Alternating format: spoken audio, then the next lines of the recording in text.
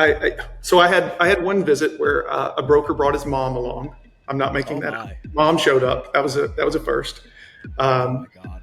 and then another one, I arrived at the customer and I got up to speak on claims and how security was handled at the company. Yeah. And I spoke for 15, 20 minutes, just really championing our security and claims procedure.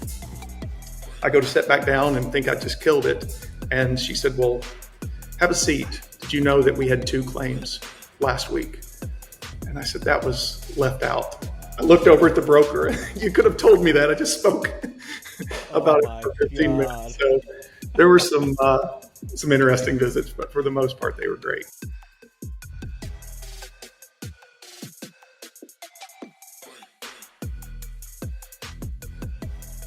Welcome to the ThinkFreight podcast. I'm your host, Thomas Werdine, and it's my pleasure to have Chris Fields. He's the VP of Sales at Zelh Logistics. Chris, thanks for coming on the show today. Thanks for having me, man. Looking forward to it. No, absolutely. So you and I have both spent time at a company that, you know, a lot of people like to crap on, TQL. Let's talk about this, Chris. How did you? Let's learn a little bit about you. Let's dive into your background a little bit. How did you get into freight? How did you get into spending 15 years at TQL? I just applied back in 2008, and Wow. I've mentioned before that they turned me down the first time, Oh and wow. so Why? I'm not sure. But the very next day, I applied again Oh and ended wow. up getting hired. I was there 15 years. It's a heck of a That's company. cool. Was a broker for a long time, and then moved into management. Last few years, working with some of their larger accounts. That's interesting. So let me ask you this. So a lot of people, like I said, TQL gets a pretty bad rap, but for a company that is, I believe, one of the largest or is the largest private broker in the U.S., I mean, you know, those numbers kind of speak for themselves. And, you know, a lot of shippers obviously are very happy with the level of service they provide. Now, I think a lot of times, Chris, even doesn't matter really the industry, you always hear about kind of the bad side of things more so than the good apples, right? There's a lot of really great brokers at TQL, but like any major company, major corporation, there's some bad brokers too, and you can take the good and the bad, and you know, there's I think a lot more good that comes out than bad. Sure. Yeah, there it depends on the broker that you get. But when you're in a Yeah. company of that size, like you said, good apples, bad apples, and you may have had a bad experience. And Mhm. they've had a lot of individuals who didn't make it there that like to go and bash them and their processes. But I have to give them credit. Their training is great, Top and notch. they set the expectations. And if you don't perform or you underperform and you don't meet those expectations, it may not be the right fit for you. But no need to point fingers on the way out and try and blame others. So Let me ask you this: there's a lot of like kind of misconceptions about TQL and kind of their process or how the model works. Can you like break that down for us a little bit? Tell us a little bit about like, you know, those initial 6 months and then, you know, how that process works. sure, you really start on another account to learn the industry, and then you get some Mhm. training alongside that. But the ultimate goal is to go and develop a book of business for yourself and to start getting clients of your own. So, after that first few months, that's what you're tasked with. You're given a desk, a phone, and it really is a hustle job. And, Yeah. it's not for everyone, but for those who are good at it, it can be a great career.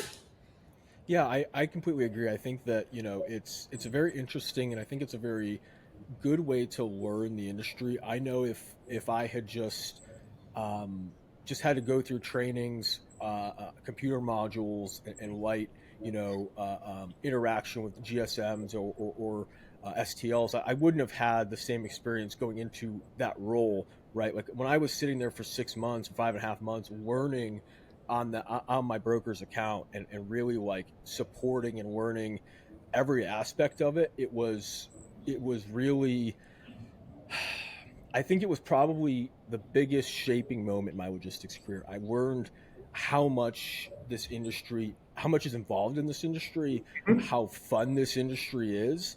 I learned what to do, what not to do. Had been in car sales before, so I kind of already had the basics of sales and customer service. So I had those very basics down, and it wasn't anything out of the ordinary. But I learned how to really form really good relationships with both shippers and brokers just from those first 6 months. And so Chris, I think you founded the Tampa office, Yeah. correct? And so I was in the Chicago office for most of my career. So on our side, we have like 5 different Chicago Yeah. teams because it was such a large office. What was when you got out of Proving Ground? Did you guys have Proving Grounds when you were there? When you first Yes. Yeah. started? Yeah. What was what do you remember what your Proving Ground record was? Oh goodness, man, that was 2009. I'm not sure what it was. That's the best record you've got ever. No, I'm just kidding. Yeah. I'm Right. just curious. I know some people I know that my office had a record for like 5 years, and then it was broken 6 or 7 times within like a 15-week period. Right. Um, and that's the only reason I even remember like that process, because it was so there was so much talk about it, because it was like one of the GSMs had held the record for so long, and then Yeah. it just got smashed so many times in a row. It was pretty interesting. What do Yeah. you think? Go ahead. It's good that you bring that up, because I think whether it's TQL or another brokerage or anything in sales, it's very competitive, and you Oh yeah. always see those numbers and those records. So if that's the personality that you have, then Oh it's yeah. probably a good fit for you. You know. I agree. There's so much competitiveness, but also so much camaraderie. Yeah. And it really drives. Like I remember, we'll talk about this a little bit more, but I remember when I was there, it was great to land a new customer. Right, everyone, they'd send out an email, you'd have the whole office clapping, you'd go up and smack the gong. There's just really nothing like that kind of feeling.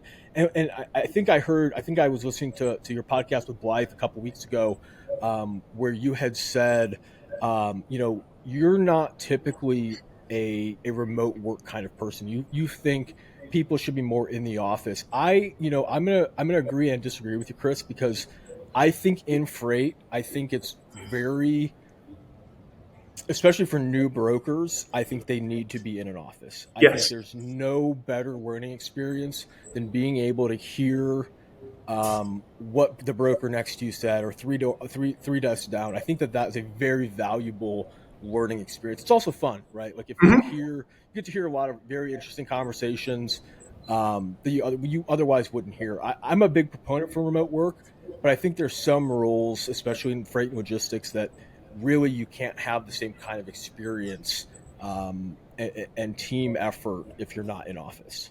Yeah, you said it. It's the energy level sometimes. I mean, every day isn't your best day, but when you get Right. around a team that somebody's fired up over here, it can kind of bleed over into you. So it's usually a fun environment. Yeah, for sure. Yeah, no, exactly. Let me dive into this. I want to ask you this. So, there's been a lot of talk about TQL being rated by the FMCSA, which I think when I first heard it I was kind of laughing at, um, that the FMCSA would conduct a raid in the way that like it was presented, right? What do you think, or what do you know about that situation? We know that the FMCSA didn't actually raid TQL. They've come out and said that they conducted a Zoom interview. They were not on premises. They were just looking into basically the complaint. What do you know about the situation as well, Chris? Yeah, I didn't like that word was used if it didn't happen. Yeah. Or I think from my understanding, and it's not my forte, but from my understanding, a request was made for records, and the FMCSA followed through, and no one showed up and said, "Give us these papers" or anything like that. And I think Right. that was a little too sensationalized Mm. a bit. So, but I think they ended up giving the rate confirmations, and I'm still unclear on what you would want those for. But Yeah. the carrier made the request. Let me ask you. So there's a lot going around about like transparency and typical broker margins. What is, in your experience, Chris? What is the average broker margin? It's tough because I think it depends on the individual book of business. But over Yeah. 15 years, I moved and oversaw thousands, hundreds of thousands of loads. I've seen plenty where the broker paid more than the customer paid the broker. Yeah. They paid the carrier more. I've seen some larger margins, the 40 and 50%. I would say 15% or so. And Ken Adamo, I think he made a few posts recently about the average using some good data, and it showed something similar, 13, 14% over a long period of time.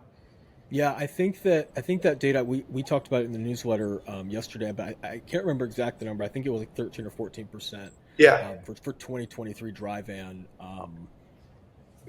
average broker rate, so or margin. So it's it's like anything, right? Like there's going to be higher margins and lower margins. It all depends on market fluctuations, what the weather's like at the end destination on a particular day. sure. I moved a ton of produce, and I was talking with someone a couple weeks ago where we were talking about moving produce out of McAllen and Laredo to somewhere like Denver Hmm. in the winter. You can pay 5,500 one day and need 9,000 the next day because there's going to be a snowstorm hitting it, when that load needs to deliver. So it can really fluctuate, and it's not always going to be like a really good comparison of like one to one, load to load, because Right. it's going to be different, kind of every And time. and I think too, let's talk about that a little bit more. The carriers, by going through a broker, sometimes get access to freight that they would otherwise not be able to get access to, right? Yeah. And so it can be a win-win, and that was always extremely important to me. The customer was not more important than the carrier, and vice versa. Mm, I wanted to make sure the carriers were paid fairly, and then when times got tough, on my side, say I got a last-minute load. If I'd treated carriers the right way, I could make a phone call, and yeah. they would help me out. And it goes the other way too. So No, I completely agree. I think that that's where a lot of on every end, broker, carrier, shipper. I think that that's where a lot of things get missed. It feels like a very transactional relationship, a very a one and done relationship where you're, hey, let's move this one load and then never talk again. yep, I kind of went the same way as you, Chris. I was always building those relationships where I didn't feel my carrier was more important than my customer. They were equal. Like I needed both. I couldn't move freight without my carriers. I didn't have freight without my shippers. right, So I needed both of them to be happy, to be making money on I need my drivers to make money. If they weren't making yep, money in 6 months, they may close down, and then I've lost a good carrier that knew the drill and knew what needed to happen. So I've always thought, like, I've always looked at these brokers that look at relationships like that as a one and done. I'm just like, why are you throwing away a good relationship? You can turn yep. this into like something very long lasting. One of the last things, I think it's my last year or so at TQL, I brought something similar up. I said, we're going on customer visits all the time. Do we have Yeah. anyone visiting carriers? And the answer was not No. really. Yeah. And I said, why don't we do that? They're just as important. If we're visiting a customer, maybe let's look at some of our larger carriers nearby and go in and see how they're doing and see where we can Yeah. get better and improve. So I think that's a great thing to talk about. Yeah, I think it's not talked about enough, and I think that carriers deserve and need that same kind of respect and deserve that same kind of respect. Yep. Let's dive into Zelh Logistics a little bit. Tell us, what is Zelh Logistics? What do you guys do? Tell us more. Yeah, in short, remote staffing, out staffing. The Mm, concept isn't new. I know you had Mia yeah, on recently, so very similar to yeah, what they do. Great company. Um, awesome. the primary difference, I would say, is our staff is located in Eastern Europe for the most Mm, part. okay, 97% of our staff are in Eastern Europe that's across, interesting. 11 offices in 7 countries. And what we do is we handle a lot of the back office tasks for logistics Mm, companies. It may be tracking and tracing, dispatching, accounting. Our staff, they have a lot of industry experience. And that's a plus.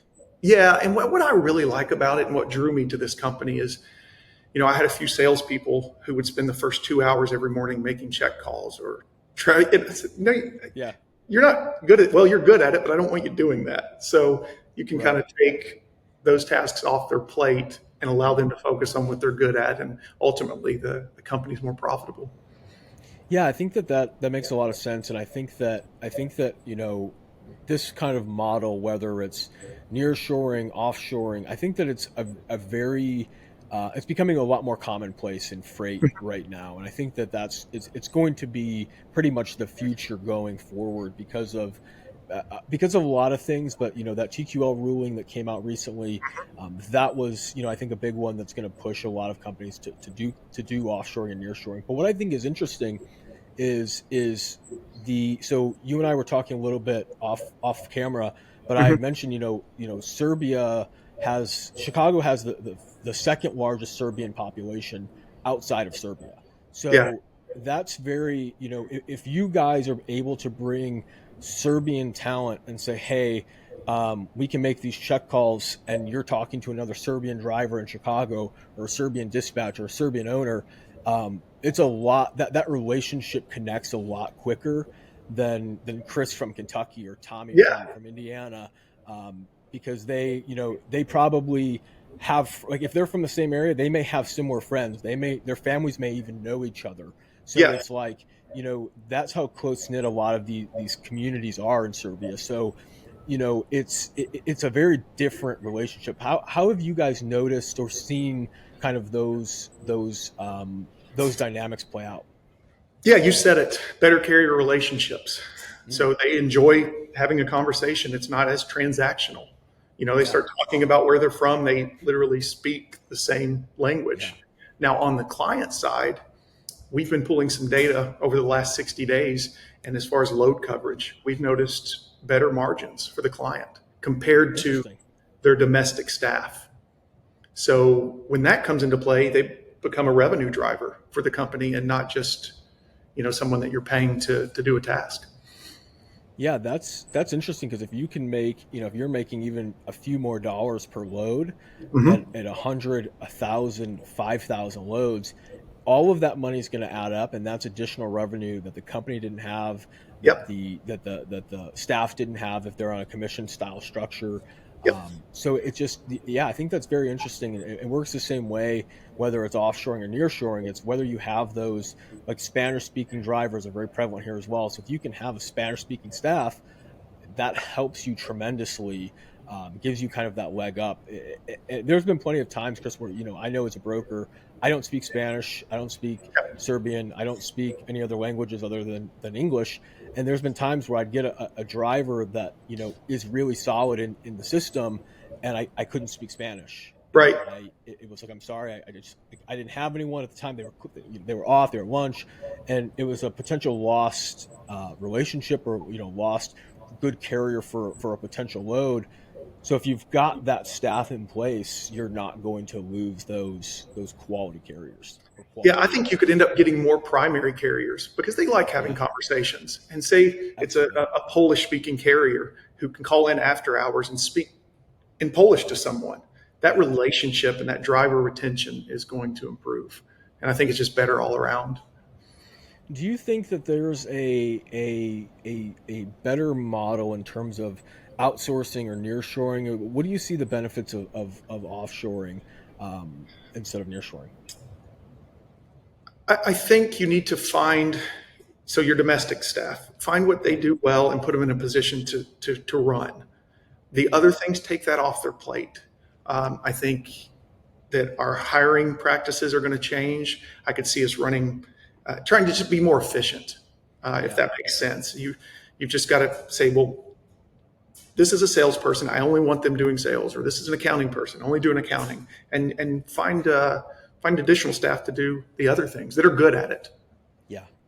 I think that makes a lot of sense. At TQL, their motto is very much, the main broker kind of does everything from accounting all the way through talking to your customers and talking to drivers sometimes.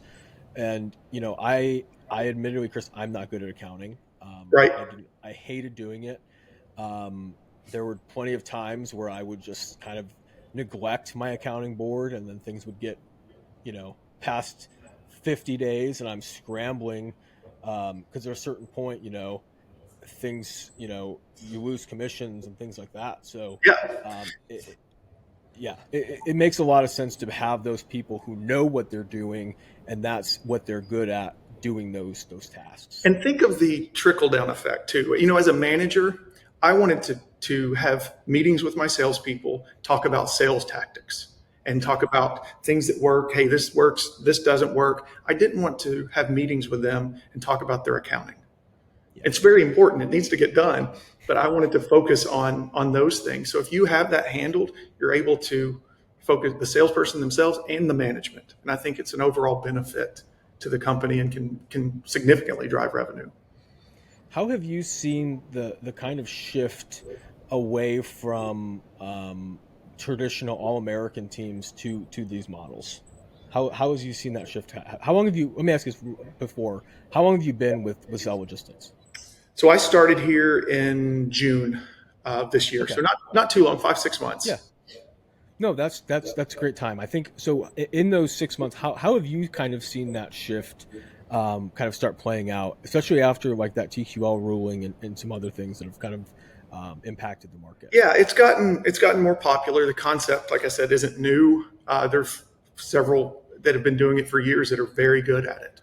Yeah. But I think the shift to Eastern Europe is different compared to Latin America, Philippines. But companies have been doing this for years and years. It's not new. It's Yeah. just how can we refine it? How can we be more efficient?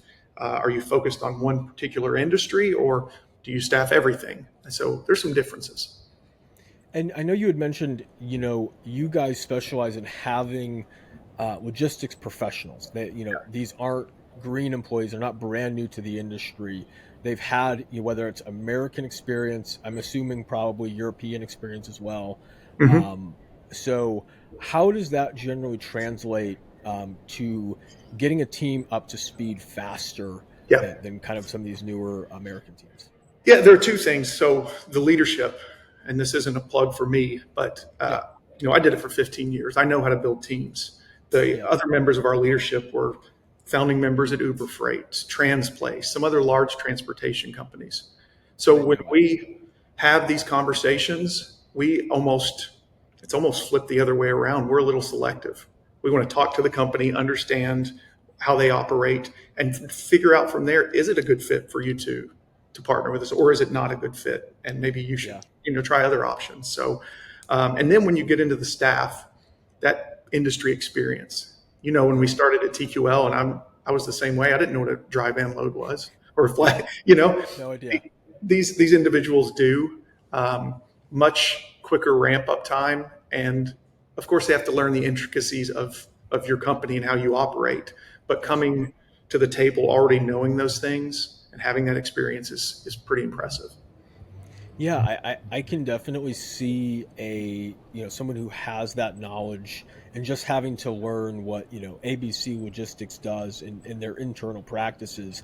They can come in day one and start being able to call out on loads and book trucks or whatever their tasks may be. They can pretty much jump in right away and start working and understand those basic principles. Whereas if you hire a college graduate, they're not going to have a real understanding for a month, three Yeah, months, 6 months, and even by then it's going to be a lot trickier than someone who's been in the industry for the last 5 or 6 years. yeah, and another thing, turnover. It was always frustrating. Running a book of Yes. business, someone new would come on your account, and maybe they last 3 or 4 months, and then another person, you have to tell them again about. What I know for a fact that I turned down freight because I didn't have enough support. Oh yeah, 100%. Because the churn there was over 70% turnover, and that's Wow. frustrating. So what I've noticed too with our clients, when we do place individuals with them, our turnover is single digits post placement, and that is impressive. That's very impressive. Yeah, that's someone who is going to learn your account. You don't need to train someone new every few months, so certainly a benefit. What's the average tenure of the people you guys have in your recruiting pool So or on your we, team? we operate with individual agents all the way up to a large freight forwarder who has, I don't know, over 200 of our staff. As Wow. far as the experience with the staff, we have some that only have a year or two, but we placed someone last week who had been in the industry for 6 years. So Wow. very experienced and well educated. No, that's great. I think that's a very important aspect there, or something that's kind of missed in some of these staffing agencies. There's plenty who do a really good job, But Mhm. when you're looking at just pure logistics talent, there are caveats and differences in what they've done. So I think that it makes sense. You guys are going at it from that approach of just really getting those talented people for the right roles. Right. Let me ask you this: so you've been out of freight brokerage for about 6 months. Do you miss it? I miss a little bit of it. I miss the brokering and the sales side. I do miss that Mm, part. I don't miss, I mentioned this last week to someone, I don't miss that management side. I felt yeah, like it become a little bit of babysitting. And, yeah, I was a little jealous of the brokers on my team who were producing. And oftentimes I would go on visits and it was exciting, but then back to mm, management. But, that's great that you bring that up. There are really good managers. And I worked yeah, alongside some very good ones. And yeah, they weren't necessarily great brokers mm, and vice versa. So it's just yeah. finding out what your strengths are and making sure that you go in that direction. Yeah, I think that that's a great point. I think that you don't have to be, the number one broker in the entire company to be a good manager, right? Like you may take that role after being that broker and be a terrible manager. Right. I think we've all seen those kind of situations play out, whether it's logistics or not. It's always not that person. It may not always be that person that is the best manager. Kind of can be someone who you wouldn't expect, or is also always on an everyday level helping the team, going out of their way to help others and things like that. Hmm. Yeah, I think our culture, especially when you get out of college, you just naturally think that you want to climb the corporate ladder, Yeah, and absolutely. that's not necessarily the right path for everyone. So I hope I would caution others that if you are a salesperson, try and find avenues that are more sales related. Doesn't necessarily need to go into management. Let me ask you this. I know you said you miss kind of like the sales side of brokering. So when you say that, do you miss like going to enterprise customers and landing new business, or do you miss the aspect of talking on the phone to shippers on a day to day, selling that way, and selling it back to carriers? A couple of things. I enjoyed talking to carriers. I had Me some too. fun carriers that I worked with for years, and I Yeah. really enjoyed that. On the customer side, I liked going, to a customer that I had never met before with a broker, and then I just got to Yeah. learn everything of, hey, we're doing this right. Maybe we should do this, tweak it here, and it could be a win-win for both the customer and for Yeah. for our company. So it was putting a puzzle together, and that was always fun. Now, I will say some of the visits had some funny moments when I would meet up with someone, a broker I'd never met, and say, "Okay, what are we walking into here?" Um, Oftentimes, they would leave out some important info or something bad that had Oh happened, yeah. and then I'm thrown into the fire. So there were some funny ones there. Oh yeah, I'm sure. Salespeople, especially when bad things have occurred, sometimes don't like to be the most honest, even if it's with their own team. I have heard about instances like that happening with outside sales reps at TQL, and Yeah. it's gone very poorly in some instances. So I had one visit where a broker brought his mom along. I'm not making Oh that up. my, Mom showed up. That was a first. oh Um, my God. And then another one, I arrived at the customer and I got up to speak on claims and how security was handled at the company. Yeah, And I spoke for 15, 20 minutes, just really championing our security and claims procedure. I go to sit back down and think I just killed it. And she said, "Well, have a seat. Did you know that we had two claims last week?" And I said, "That was left out." I wow. looked over at the broker. You could have told me that. I just spoke Oh about it my for 15 minutes. God. So there were some interesting visits, but for the most part, they were great. Oh, that's hilarious, man. What? But before we wrap, Chris, I want to ask you something that, there's a lot of doom and gloom in the market right now. We hear every day, market's awful. You can't make money. It's hard to gain market share. I came into a very soft freight market when I started at TQL, so I learned immediately how to sell into a soft market. How can brokers provide value going into 2024? I think it starts regardless of the market. It starts with learning. about the customer's pain points. Mm. And don't just go in head first selling what you offer. I mean, Yeah. all the brokerages use a lot of the same carriers, right? Yeah. But it comes down Utilize a lot to, of the same technologies. yeah. So learn about what the customer's pain points are, find out if you can provide a solution, and it's okay if you can't. I used to tell Yeah. my team that if you had a great phone call and you determined that, you know what, it's probably not a good fit for us to work together, that's just as important as Absolutely. qualifying one so that you can move on and time isn't wasted on both sides. So Yeah. yeah, just learn about their pain points, find a solution, and be fair and communicate, be available. There's a big push for tech coming in to fix everything. And It's not. their new CEO, mentioned the other day, he said that's not going to fix everything. It's still a Yeah. people industry. And the tech is just a driver, but we still need the people. Yeah, I completely agree with that. I think that tech is very important. I think that, um, but I don't think that tech solves everything. You're not going to have a fully automated, every brokerage will be like, you're not going to have that. It's not Right. going to come down to that. Drivers want to talk to people, shippers want to talk to people, and even if you on the shipper end you have those customer facing sales roles, like you said, you have to treat your carriers just the same way as you treat your shippers. So Yeah. it's just at the end of the day, those models are not going to work. I don't think in the long term of just trying to completely weed out the person. Yeah. Let me ask one more question, Chris. I think you touched on something interesting with providing value is um, finding those shippers pain points. What is, how big are you in niching and choosing a specific, especially when you're getting started or you're trying to choose a new industry target. Say you move a lot of produce, or you move a lot of steel right now and you want to break into something new. How big are you on just niching into something and choosing that, becoming an expert, and then targeting from there? That's a good point. When I first started calling, I didn't know where to go. So I'm from Kentucky, and I just started calling Yeah. Kentucky. Well, I'll know the cities and towns at least. But then Yeah. as I started to build a book of business, I relied very much on that network. I didn't Mm, have phone calls with customers just to talk about freight.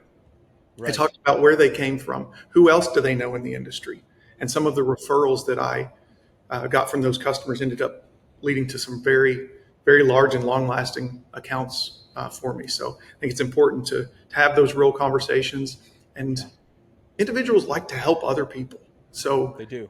I would oftentimes just ask, hey, I'm looking, can you help me? Do you know anyone else in the industry that might be able to use our services? And Yeah. it's great. And if you provide a good service for customer, and you're giving quality communication and you're helping them solve problems, they'll very happily say, hey, my our we have five vendors who send us product every single week. Why don't you reach out to Tom over in their shipping department? Tell them that I sent you, and you move all of our freight. And then those conversations are so much easier to have. Say, hey, guy, I talked to Cindy over here. She says you guys send them trucks all the time. I move all their freight. So she said to give you a shout. And then that conversation is so much easier. He's like, Yeah. oh yeah, I love Cindy. Cindy's great. We've been working with them Yeah. for 30 years. And then sometimes those introductions of those, hey, talk to this person, can, like you said, can lead to some really long lasting relationships. Yeah. It's a cheat code almost. It is. It's a complete cheat code, and people don't utilize it enough. Right. That I think that's something a lot of people need to focus more on. Is not just cold calling and blasting out emails and LinkedIn Oh, goodness. messages. It's just Yeah. building relationships and talking with the clients you're already servicing well and building from there. If I see one more automated email come across that begins with "Hope all is well," nope. I get 50 of those a day. And Yeah. they're Right. just annoying. They go right into the trash. Yeah. Yeah. Chris, I really appreciate you coming on the show today and talking about Zelh Logistics and a myriad of things from outshoring, nearshoring, and your time at TQL. I think it was extremely interesting. Definitely want to have you back on the show sometime Yeah. in 2024, talk a little bit more. Let me ask you this: where can people check you guys out?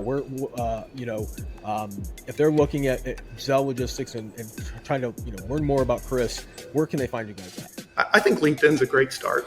I'm active on LinkedIn, and then just our website, ZellLogistics.com, has a lot more information too.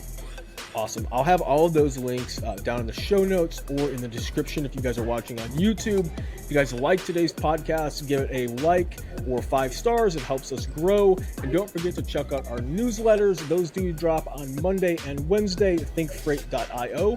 And thanks again for coming on, Chris. We appreciate it. Thanks, Thomas.